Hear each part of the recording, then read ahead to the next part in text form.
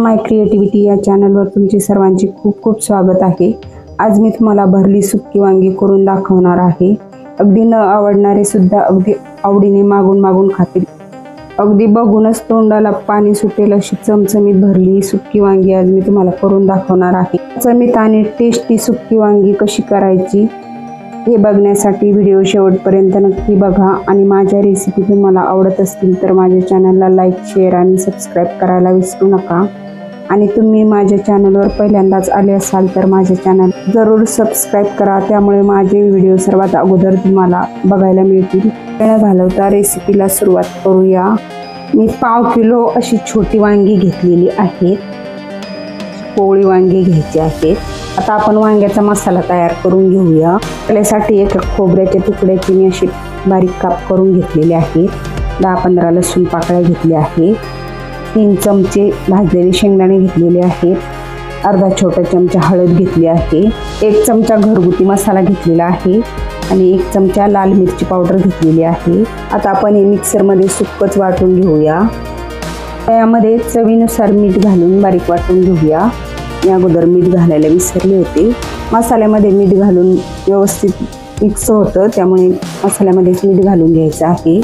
खूप जास्त जाडाईने आणि खूप जास्त बारीकाईने अशा पद्धतीने वाटून घ्यायचा आहे। मसाला अशा पद्धतीने वाटून घेतलेला आहे। आता आपण ही वांगी कापून घेऊया।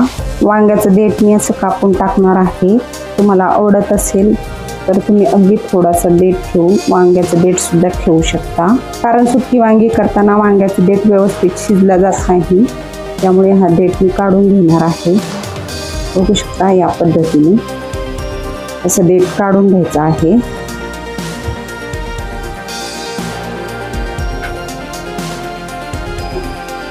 आणि वांग असं उभं कापून घ्यायचं आहे। अशा पद्धतीने आतमध्ये वांग बघून घ्यायचं आहे, कारण त्यामध्ये अळ्या वगैरे असतात। आणि हे लगेचच आता पाण्यात टाकायचं आहे। तर याच पद्धतीने मी बाकीचे सर्व वांगी कापून घेणार आहे। सगळे वांगे कापून घेतलेले आहेत। आता हे व्यवस्थित असे धुवून घेऊया आणि ताटामध्ये काढून घेऊया।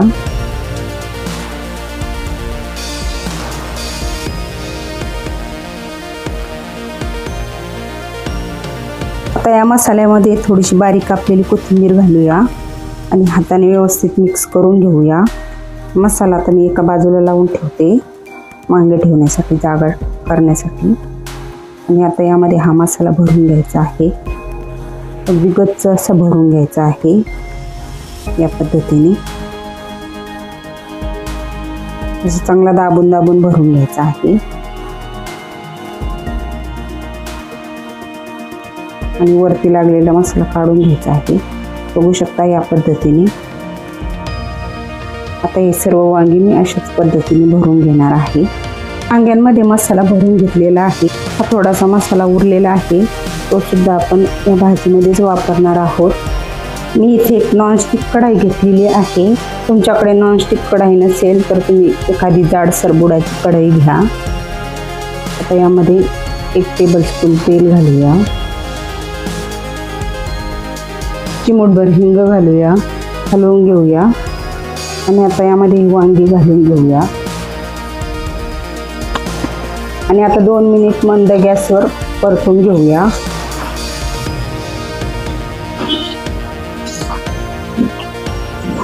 नीट वांगे चांगले परतून घेतलेले आहेत। आता आपण यामध्ये हा उरलेला मसाला घालून घेऊया।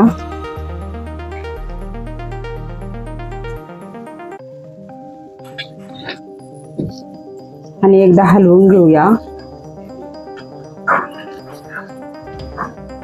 आणि आता यामध्ये अगदी थोडंसं पाणी घालायचं आहे। मिक्सर मध्ये जो मसाला लागलेला होता त्याचं पाणी मिसळून यामध्ये घालते आहे, म्हणजे मसाला सुद्धा वायाला जात नाही। आणि आता मंद गॅसवर याला झाकण ठेवून शिजवून घ्यायचं आहे। अधूनमधून हलवत राहायचं आहे, असं उलट पालट करत राहायचं आहे। ही वांगी खूपच छान होतात। तुम्ही वांगी टिफिनसाठी करू शकता। आता याच्यावर झाकण ठेवूया। दर 2-3 मिनिटांनी उलटून पालटून ही वांगी शिजवून घ्यायची आहेत। 2-3 मिनिट झालेली आहेत। आता आपण ही परत एकदा पलटवून घेऊया, म्हणजे दोन्ही बाजूने व्यवस्थित शिजतात। ही वांगी खूपच टेस्टी लागतात, खूप चमचमीत होतात। अगदी न आवडणारे सुद्धा आवडीने हे वांग खातील, इतकं छान हे वांग होतं। आता परत एकदा याच्यावर झाकण ठेवूया आणि असंच उलट पालट करून मधून मधून ही वांगी हलवून घ्यायची आहेत। वांग आता आपण उघडून बघूया, वांग अजून शिजलेलं नाहीये आणि आता याला थोडंसं पाणी कमी वाटत आहे, तर वरून थोडंसं 2-3 चमचे पाणी घालून घ्यायचं आहे, म्हणजे वांगे जळणार नाहीत। आणि आता परत एकदा झाकण ठेवून शिजवून घेऊया। आता आपण याच्यावरचं झाकण उघडून बघूया, तर वांग शिजलं की नाही ते चेक करूया। मी अधूनमधून मी असं हलवून घेतलेलं आहे, 10-15 मिनिट लागलेले आहेत।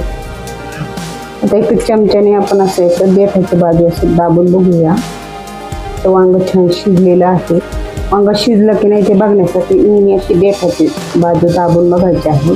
आता याला झाकण लावून आपण गॅस बंद करून यामध्येच वांग ठेवूया, म्हणजे ते वाफेवर आणखी मऊ शिजेल। आता 5 मिनिट झालेली आहे। आता आपण झाकण उघडून बघूया, बघू शकता मस्त असं चमचमीत भरलं सुक्क वांग तयार झालेलं आहे। आता आपण एका डिशमध्ये काढून घेऊया, बघू शकता मस्त अशी भरली वांगी तयार झालेली आहे। ही वांगी तुम्ही चपाती भाकरी बरोबर खाऊ शकता, खूप छान लागतात। तुम्ही वांगी टिफिनसाठी सुद्धा तयार करू शकता।